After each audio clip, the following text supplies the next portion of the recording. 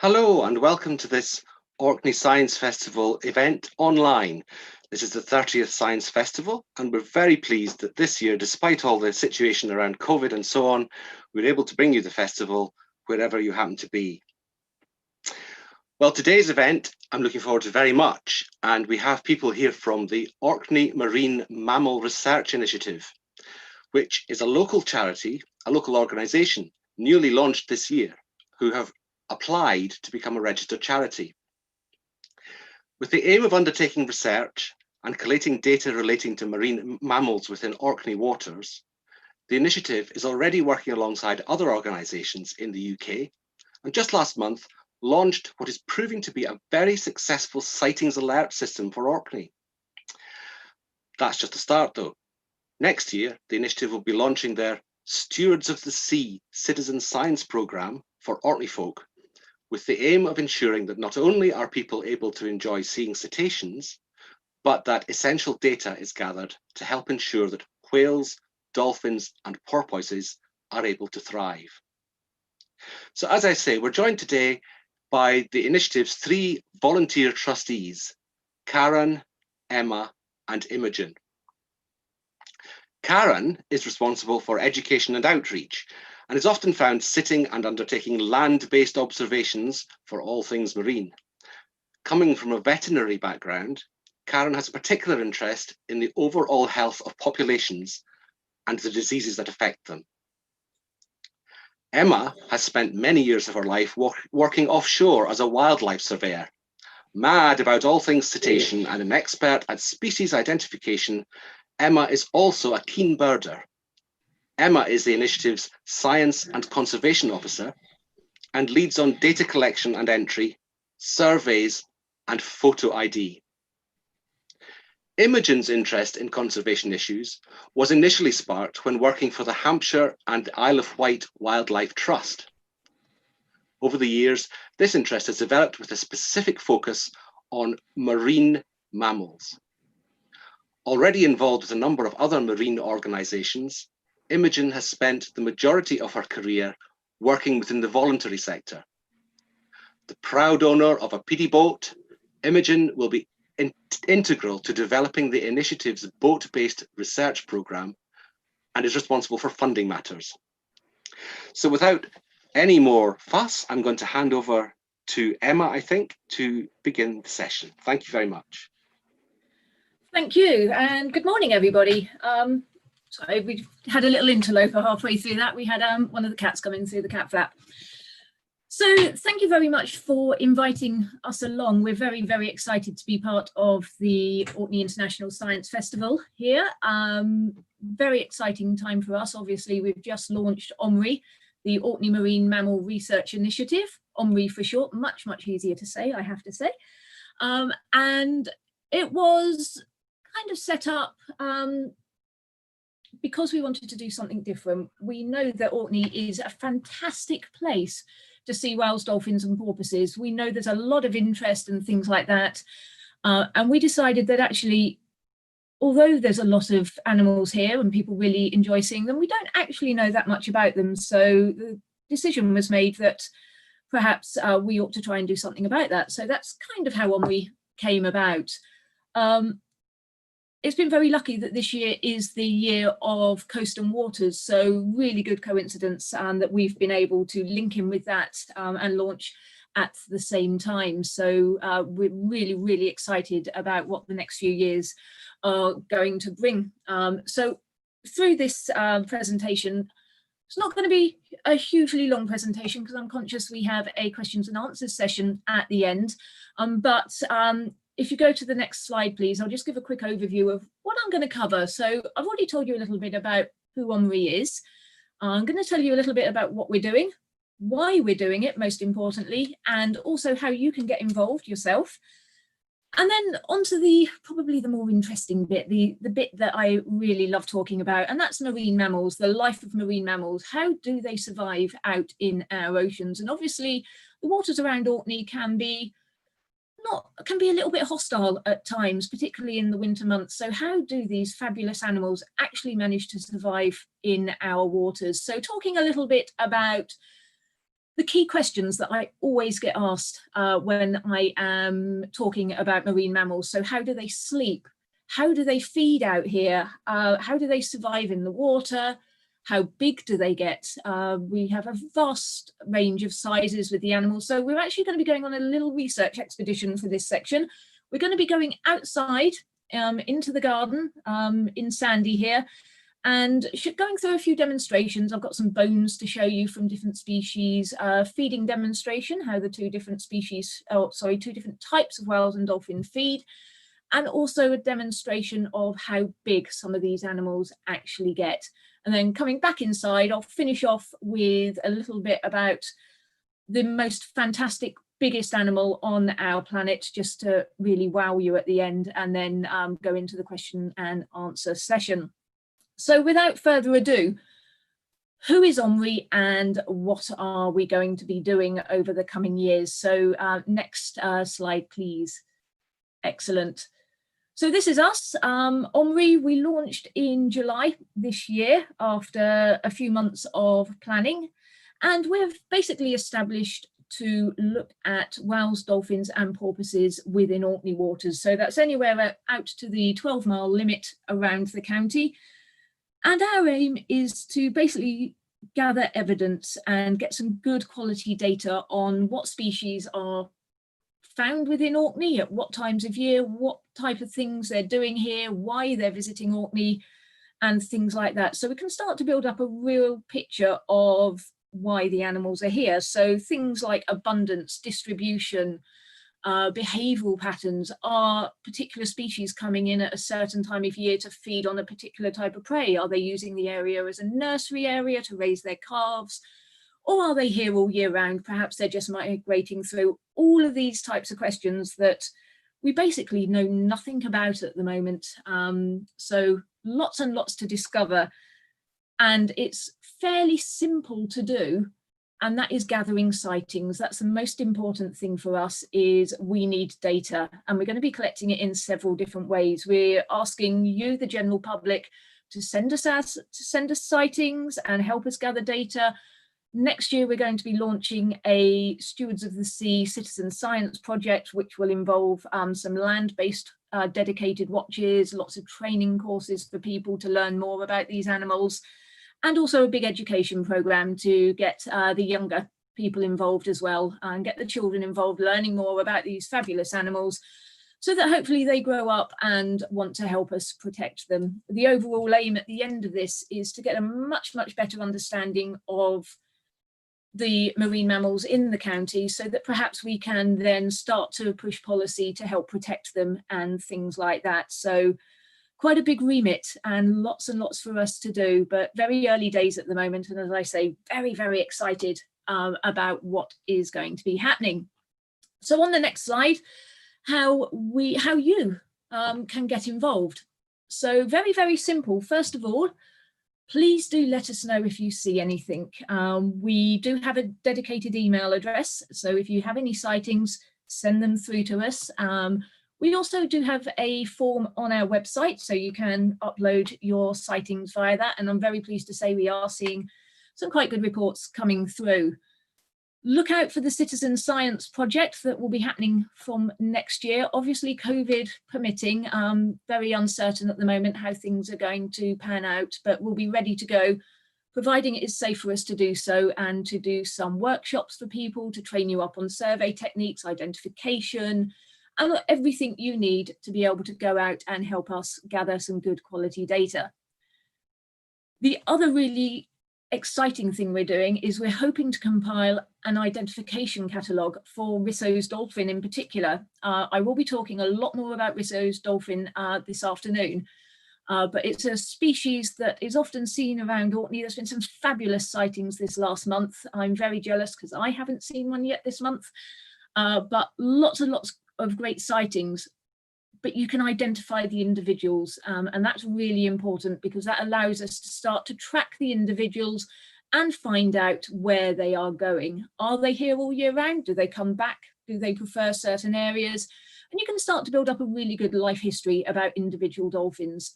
So the way to get involved in that one is if you have any historic photos of Risso's dolphin that show the dorsal fin, we would be interested in having copies so that we can start to analyse them and pull together a catalogue and see if we can identify different individuals. There'll be a lot more information about this coming out in the next couple of months, so do look out for that. And again, we'll have a dedicated email address, and it will be all the information on our website and Facebook page as well. That's the other way you can get involved. Do make sure you follow our Facebook page, and there is a WhatsApp group which is run in conjunction with the Orkney Cetacean sightings group on Facebook. All you need to do is message us via Facebook with your mobile number and your name, and we can get you added to that. We are limited in terms of the number of people that can actually be in the group, so we do ask that it's people who are within Orkney, or if you're visiting, let us know a few days before you come up here and we can get you in there. We're just very conscious that we don't want the group to be full so that people can't get in. So on to the exciting bit, the life of marine mammals in Orkney. Absolutely wonderful creatures, but what are they? What actually are marine mammals?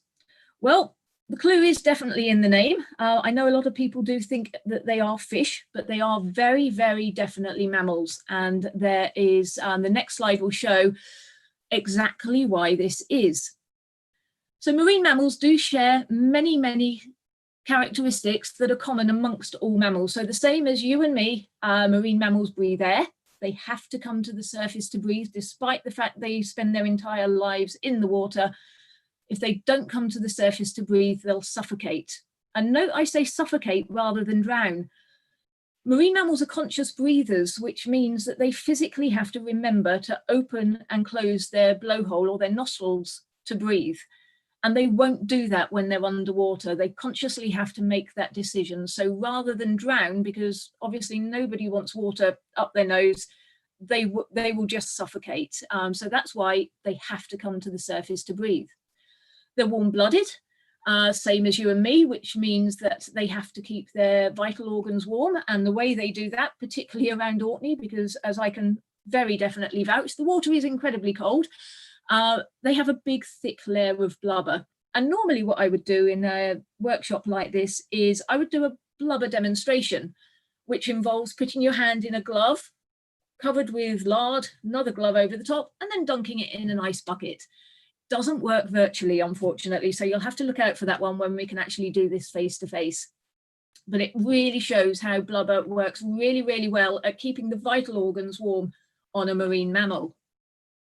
They also give birth to live young, so they, unlike fish and other aquatic animals that lay eggs, they do nurture their calf in the womb for the gestation period. That can be variable depending on the species, and then they give birth to live young. It's normally just the one animal, one calf that they have. Twins are incredibly rare, and it is likely that they wouldn't survive, so they tend to have just the one calf. And of course, they also feed milk, same as other mammals. The calves drink milk, and they do that in exactly the same way. They suckle, and there's some fabulous photographs out at the moment of how sperm whale suckle, despite the fact that they have a very odd head shape. The mammary glands on the females are internal, so the calves actually have to pretty much get their head right in there and start to stimulate the milk.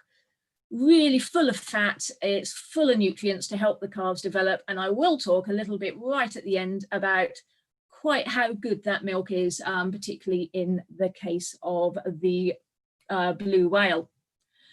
So on to some of the questions that I often get asked. I can pretty much guess when I'm talking to someone who doesn't know too much about marine mammals, what they're going to ask me. They're going to ask me things like, how do marine mammals sleep? How do they feed? How big do they get? How old do they get? And how do they survive out in the big wide outdoors? So if we pop on to the next slide. Oh, sorry, I've got ahead of myself here. Classification, as I say, they are mammals. The order is Cetacea or Cetacean, and that actually comes from the Greek word for sea monster. And then quite unusually, unlike other groups of animals, they have a suborder. Now, two types, and I will talk a lot about this once we go outside. We have two types. We have the baleen whales, or the Mysticetes, which means moustached whale, and the Odontocetes, the toothed whales. So every single whale and dolphin falls into one of these two categories. And that's where it gets incredibly complicated, because dolphins are actually toothed whales. And then you have dolphins that are called whales in their common name. It's a very new science. There's an awful lot to learn about marine mammals and how they are connected to each other. So very complicated, and at times we struggle to work out what's going on as genetics improve. These different animals are suddenly realizing that they are connected to each other very differently, and what we thought were very closely related species you couldn't be further apart. So watch this space, basically. Okay, on to the next slide, please. Thank you. How many species are there? Oof. That is a very good question. For the reasons I've just said, we're not actually 100% sure. I think it's somewhere in the region of 90 species, but there is some question as to some that look incredibly similar are in fact the same species, whether they're subspecies, or in case of the orca, it's possible there are 9 different species of orca around the world. At the moment, they're known as ecotypes, but there's a lot of work being done on genetics, and it's highly possible they will be split into separate species. So there's a lot of them out there, and as you're probably starting to realise, we don't know that much about some of them, so a lot to learn. Okay, on to the next slide, please. Adaptations to the marine environment. Breathing, I've already spoken about. Blowhole or nostril on the top of the head is closed, tight shut, it's a muscle. When they come to the surface, they physically open it, explosively breathe out, breathe in, close it underwater. It's that quick. They have a really, really good mammalian dive reflex, so they can stay under the water for a long, long time, for some of them over 2 hours. Keeping warm, I've already mentioned blubber. They have this fantastic system called a countercurrent heat exchange system, where the arteries and the blood vessels wrap around each other. So it means that the very warm blood from the core of the body helps keep the rest of them warm. Okay, next slide, please. Thank you. Water. Cetaceans don't drink. They get all of the food that they need, all of the water that they need from the food that they eat, or if they're fasting, from the breakdown of fat from blubber. In terms of vision, they can see in the water just as well as out of the water. And hearing, they have directional hearing underwater, so they do know what's going on and they know where it's coming from. With the toothed whales, they tend to use echolocation, which means that they are able to send a sound wave out, bounces off the object, it comes back, they receive it in their lower jaw, sends a signal up to the brain, and that gives them a picture of what they're looking at. So that's how they're able to hunt in the very, very dark areas. of the deep sea. Something like a sperm whale will be hunting in the pitch black, but it can still find the squid that it feeds on. Okay, next slide, please. So now catching up, on to the common questions. Sleeping, first of all, I'll start with sleeping, the things that marine mammals, you would think perhaps do quite a bit. So if we could go to the next slide, please. Do dolphins and whales actually sleep? Well, actually, no, they don't. Because they can't breathe underwater and they are conscious breathers, they have to make the decision to come to the surface to breathe. Now, if you're a marine mammal and you're going for a sleep, and say in the case of humans, you perhaps get a good 8 hours sleep, you're going to suffocate in that time if you're not conscious to go to the surface to breathe. So how do they do it? What they actually do is they shut down half their brain at a time. It's a wonderful way to have evolved. I wish I could do it. I'd be so much more productive, I have to say. What they do, they shut half their brain down at a time while the other half is still completely active. So they are aware of their surroundings, they're able to make that decision to breathe, they're able to keep a lookout for predators. Very, very important. Research has shown, though, that dolphin mothers and calves get very, very little sleep, particularly with something like an orca. It's a high probability that they don't go into a state of rest, possibly for the first month of the calf's life, because they're too busy trying to make sure their calf is okay, keeping a lookout for predators, feeding, and so on. Research has also shown that dolphins can stay alert for at least 15 days. This was done with research with bottlenose dolphin, and it was testing reactions and cognitive ability. What they found was that that doesn't decrease over 15 days, so the animals don't suffer from exhaustion. They're able to rest perfectly adequately with just shutting half their brain down. And in the images there, you can see sperm whale asleep in the water. They actually rest vertically in the water so that when they breathe, they literally just tip the top of their head out the water, breathe, and then duck back down. With something like a pilot whale in the bottom image, they rest on the surface. It's called logging, and they just hang at the surface and breathe very slowly and gently for around about 20 minutes. And then they'll come out of that state of rest. And most dolphins and large whales will be much the same. So on to feeding. How do some of these animals feed? And I'm going to go outside and do a demonstration on this very shortly. But first of all, on the next slide, I do have an illustration of how Mysticetes, the baleen whales, actually feed. I've got some baleen to show you. It's not quite at the stage it needs to be yet. You'll see from the whalebone, hence we do have gloves ready here. But Mysticetes feed, they're filter feeders. So what you can see in the image on the left-hand side there is a baleen whale. There's a bait ball of small schooling fish. It opens up its jaw like a big concertina and takes a big gulp. It takes in all of the fish or the krill or whatever it's feeding on, and seawater as well. In the photograph on the other side, you can see a humpback whale that's lunge feeding on its side through a bait ball of krill. What they then do is shut their mouth. They gradually use the muscles in their throat to constrict and close the big balloon that it's created, using their tongue to push up. All the water comes out of their mouth, and the baleen plates act as a filter, so everything gets caught in the mouth and is there, and then they just use their tongue to lick around, and basically that's them fed, except it's not, because they have to do it repeatedly to make sure they get the amount of food that they need. And I will show you in the demonstration very, very shortly exactly why they have baleen plates as opposed to teeth. Now, do remember that all of these animals came from one ancestor way back millions of years ago. It was a little swamp-like, almost wolf deer-like creature that lived in the swamps, gradually evolved to live in the sea again. So sea animals moved to the land as mammals and then have gradually come back to the sea. Baleen whales at some point had teeth, and even in fetuses now, as they're developing, they have tooth sockets, and then at some point in the development something switches and the baleen plates grow instead. So in the historical record, in the geological record, there are baleen whales out there that had both teeth and baleen.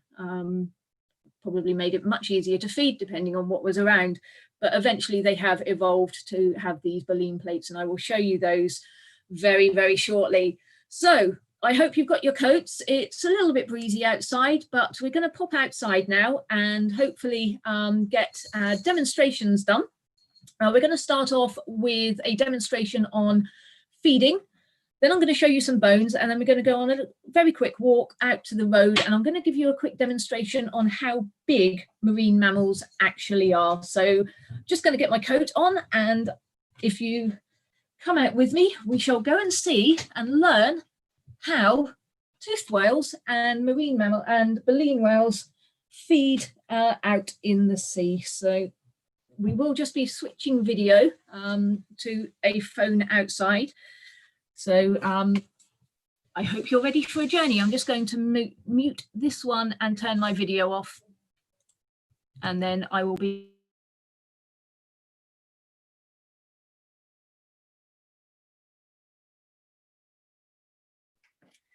Right.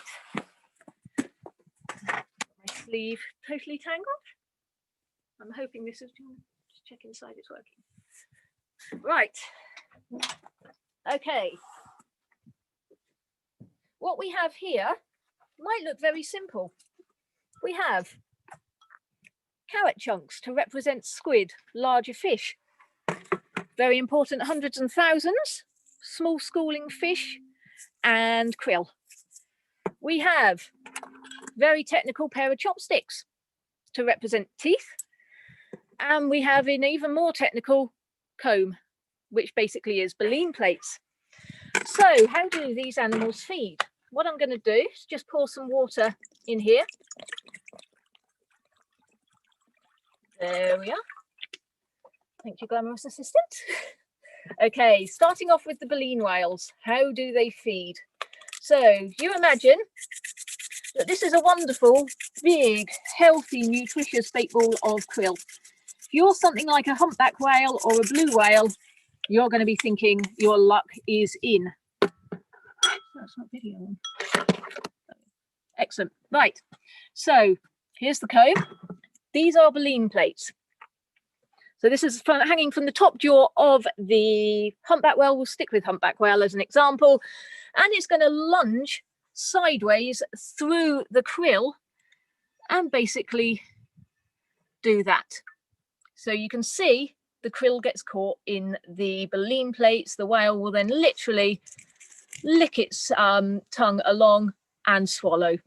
Something like a humpback whale or a minke whale can't swallow anything bigger than a grapefruit. Their esophagus is really, really small.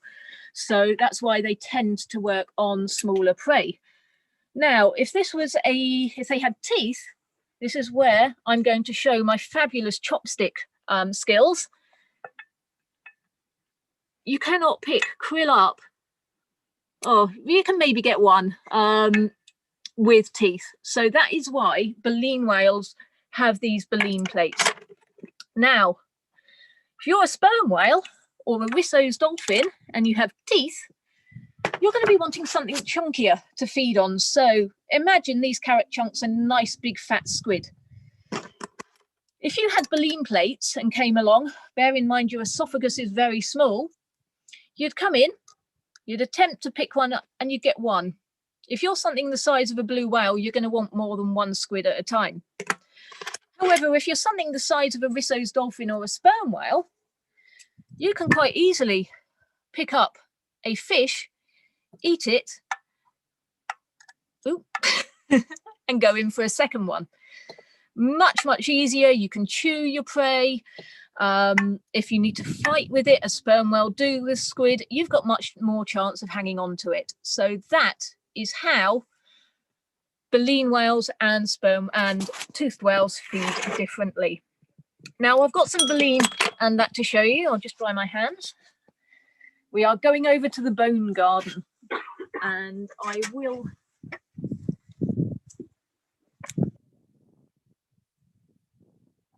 okay, so with my glamorous assistant here, Imogen. This is minke whale. This is a minke whale that unfortunately washed up dead in Sanday late last year, last September.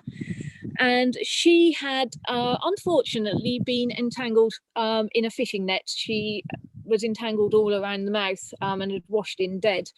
She was a pregnant female. It was very sad to see, but actually we've been able to learn quite a lot from this animal. So these are the lower jaw bones, and Imogen is just going to hold one up so you get an idea of size.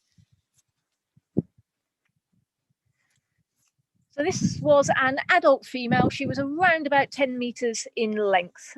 So you will notice Imogen is wearing gloves. These are still a little bit smelly. It takes a long time to process bone. To give you a sense of scale, I'm 5'3.5". There you go. The half is very important. The half is really important. I'm just going to come over here and point out a couple of bits. This bit here is where a major blood vessel would go in. It runs down through the jaw, and then you can see where bits of it come out, hopefully down the jaw here. So this is the lower jaw. The baleen plates hang from the top jaw, and we do have one, or half of the top of the mouth.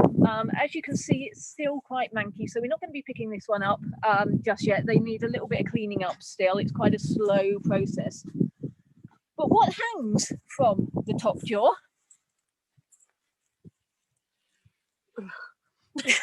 You may have heard the there.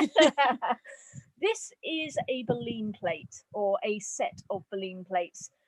This would run on one side of the top jaw all the way along, and there'd be one on the other top jaw as well.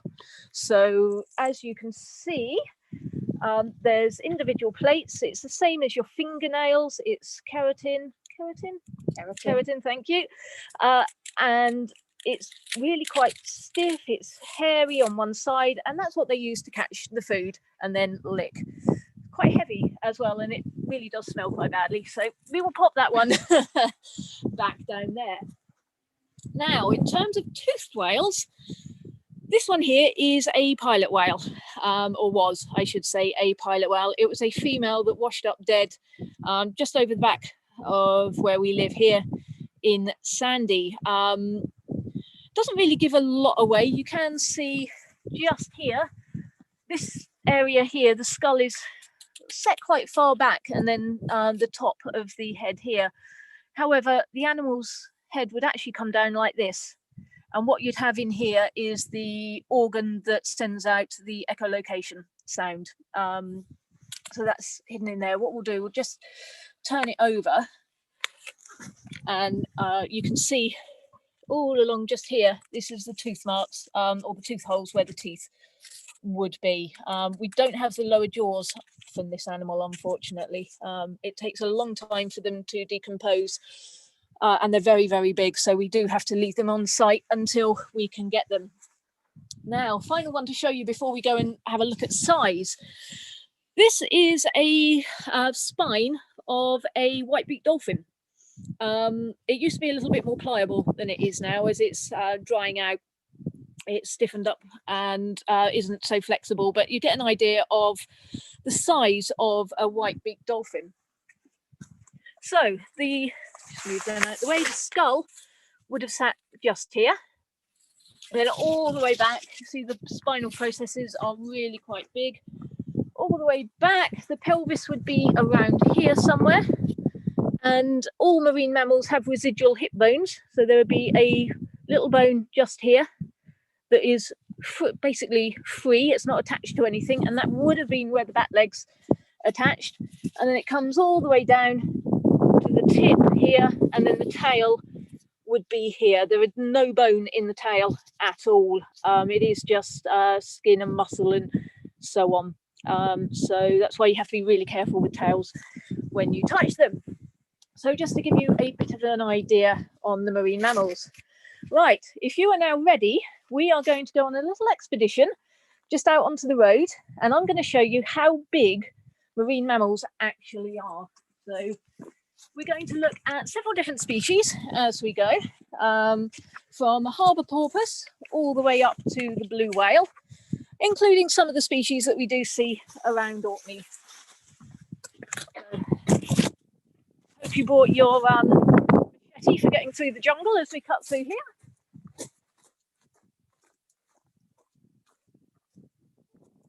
Quite surprised we haven't had a cat come and join us. Right.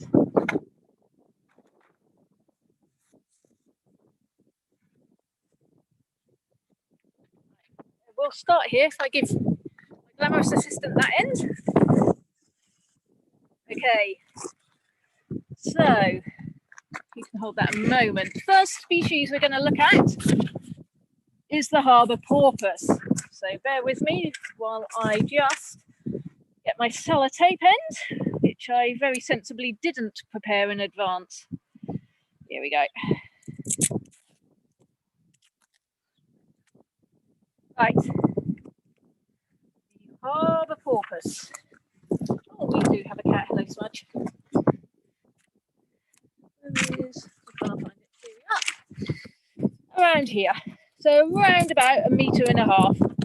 Smudge is doing his best harbour porpoise impression on the floor there. Okay, so harbour porpoise from Imogen at the tail, the head would be about here. Okay, on to the common dolphin, a species we occasionally see in Orkney, definitely becoming more common up here. Great fun to watch. So about 2.5 meters.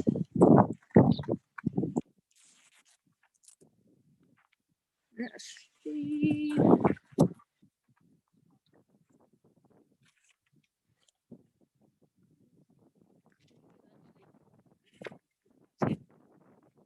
I'm overestimating my harbour porpoise. There we are. There we go. Okay, so common dolphin around there. On to longfin pilot whale. Now, some of you may remember last May we had some longfin pilot whale 6 meters that caused us a little bit of bother. Pleased to say we got them all back out after 10 days of chasing them around to try and persuade them that they didn't want to make Kirkwall their home. They'd be much better staying off. Here we are. 6 meters on average, a longfin pilot whale. Didn't do that one very well. All the best demonstrations involve sticky back plastic. A throwback. Yeah, but they have prepared it earlier normally. Okay, on to the orca, the one everybody wants to see. So we're looking at roughly 9 meters. So you imagine you're at hocks ahead and this wonderful orca comes by. There we are. You are going to be looking at something around about 9 meters long. So once I've stuck this on, we'll just do a long shot back to Imogen so you get an idea of how long that actually is. Here we go. It's not going to stick. Try that again.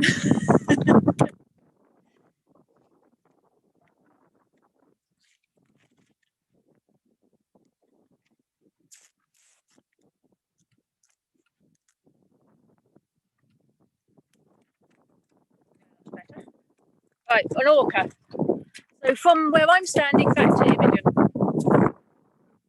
about 9 meters. Minke whale. Again, a species we regularly record in Orkney in the summer. Looking at about 10 meters. Now we're on to the baleen whales now.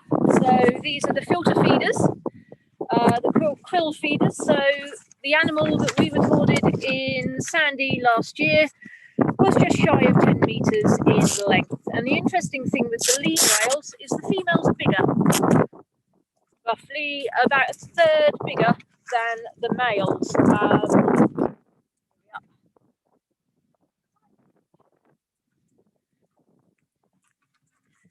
Okay, humpback whale. We're still going. We're not even halfway yet to the biggest animal.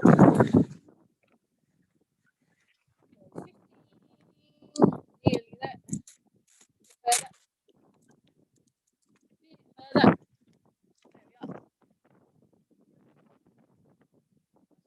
breezy out here, so hopefully you can hear me okay. There you go, humpback whale. Okay, whales. I think we don't like to see in Orkney because when we do, they're often in trouble. They're deep diving, big whales, the biggest of the toothed whale family, big giant squid.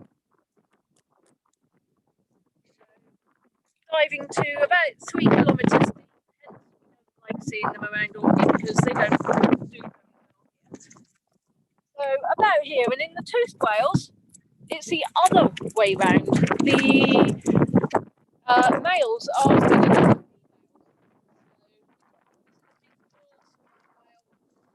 females. 18 metres. Superb. Hello, it's Swain here. I'm not sure if you can hear me, Emma. We're now on to fin whale. Very definitely getting into the realms of the big boys, or girls I should say, because the fin whale is a baleen whale. We had one unfortunately strand at Hunter just the other month. That was a big female, 21 metres. Here we are. And that's not as big as they can get. Fin whale, we've chosen this one because that's as big as the one that we had.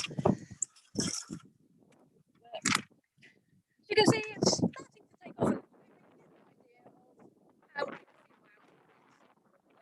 The last one, the mighty blue whale. So we're going to go as far as we can with the tape measure. Hopefully not run out of island in the process.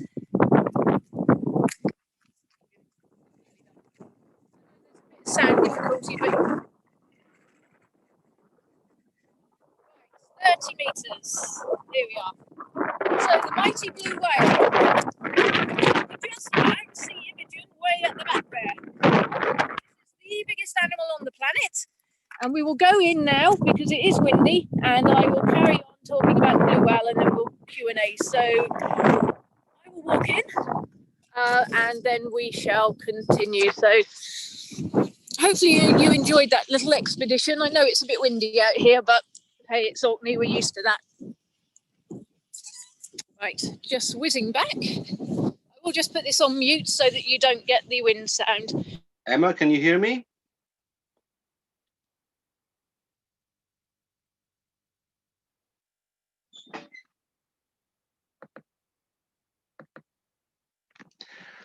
As Emma makes her way back inside, I would just like to say thank you very much indeed to all of you for that fascinating talk and for bringing us the Science Festival's first live outside broadcast. I can see that they're just making their way inside now, and we'll join them again when they have settled down in their seats. Here we are. Here we are. Brilliant. Oh, it's cold out there. I think we should start to appear as a panel now. There we are. Well, we've got a little bit of time for questions. I know you said you had some more to say. Do you want to do that very quickly first? Can do. Is it possible just to jump back to one last slide? So I'm out of breath now. Sorry. Brilliant, thank you, excellent, this is the one. So just very much wanted to finish off with the wow factor about the blue whale. You've just seen how big a blue whale is. And at this point, I'm going to lie because that's not how big a blue whale is, it's how big our tape measure was. Blue whales are actually bigger than that. The biggest ever recorded was 33.9 metres, which is huge. And as you can see from the image there, their heart, that's an adult blue whale, well, model of a blue whale heart. It's larger than a small family car and weighs nearly a ton in weight. You can fit a small child down the nostrils of a blue whale. I have to admit, I know a few I'd quite like to try that with. Dangle them by the ankles. An adult can swim through the arteries, as you can see in the image there, quite easily. But as I was saying about the calves and the milk, the calf weighs 3 tons at birth, which astounds me, I have to admit. And they drink 100 gallons of the mother's milk per day for the first year of its life. And that milk is so rich and so nutritious that they actually increase their weight by 200 pounds per day in that first year. So they are absolutely amazing creatures. I've been lucky enough to see blue whale. It's not something we see around Orkney very often, although there has been one recorded. So yeah, absolutely superb. And I can't ever not talk about the blue whale because they are just so amazing. So always like to finish on that one. That's lovely. Sorry, I'm out of breath now, having been outside. Thank you so much. Thank you all so much. No problem. And as I say, you've brought us our first Science Festival live outside broadcast. One small expedition from Sanday, but a giant leap for the festival's technical team. So well done, everyone. Excellent. It worked really well, I think. I forgot to say at the beginning of the session to our audience that if you have any questions for our speakers, please enter them in the YouTube's live chat. It's not too late to do that. We've got a couple of minutes for questions. In fact, you've answered one already. Your cat's name is Smudge, I think. Oh, there's a selection of them. They've all been trying to get in on camera. So we have, as I say, we have a little time for questions. So Richard asks, dolphins in the Murray Firth predate salmon.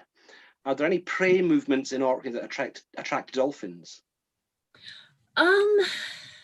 That's a really good question, and it's something we're not 100% sure on at the moment. So we will be looking at that. Okay, we can maybe get an answer for that and have it appear on the website in due course. Yeah, it's research we're very definitely going to be doing. We know there's squid movement, and we think there is some fish movement. So yeah, watch this space basically. Sure. I'm just trying to rattle through these questions, so we are overrunning very slightly. What eye adaptation do they have to allow cetaceans to see underwater and in air? Richard again asks. Type of the lens. They have a very elastic lens, so it can change shape depending on whether they're in the water or out. That's great. We're just going to have lovely snappy questions here. I can do. Oh, what was the budget for a supervisory cat? Thank you again, Richard. Moving on. Heather asks. Bribery. Heather asks, what time of the year is best to look out for different species in Orkney? Are there fewer sightings in winter due to visibility? Yes, visibility and weather, sea conditions are the key. When it's rough, it's really difficult to spot them. And finally, Richard again. What age do cetaceans live to? Short answer, please. Oh, variable. But the longest, oldest is about 250. Wow. Well, that really has been a fascinating event. Thank you very much indeed to you all. Moving on towards our next event, that will be at 2 p.m. BST today, a premiere of a specially recorded film on our YouTube channel. So join us there to hear Catherine Diper, Rebecca Marr, Fiona Sanderson and Dr. Andrew Want talk about Riches of the Shore. So that's at 2 p.m. on the YouTube channel. There are also still spaces available for the PD Kirk lunches this week, and that's the very next event, which we have to clear the channel for. So if you would like to relax around one of our virtual tables and meet some of the festival speakers, please, you in Sanday, if you would like to join us there, you'll be very welcome. We'll send you the link. Please do register to join on the form on the website. It may be that links to these things arrive in the live chat beside the video for those that can see that. So we'd also like to invite you to the Festival Club tonight, and please come along. And again, the link may appear in the chat as I speak. So if you are enjoying the festival, please do like us on our Facebook page and follow our YouTube channel. So thank you once again to our speakers, Emma, Imogen and Karen, and also to our invisible technical team, mostly invisible, and to you for watching and asking such interesting questions. Good afternoon and thank you. Thanks. Thank you. Bye-bye.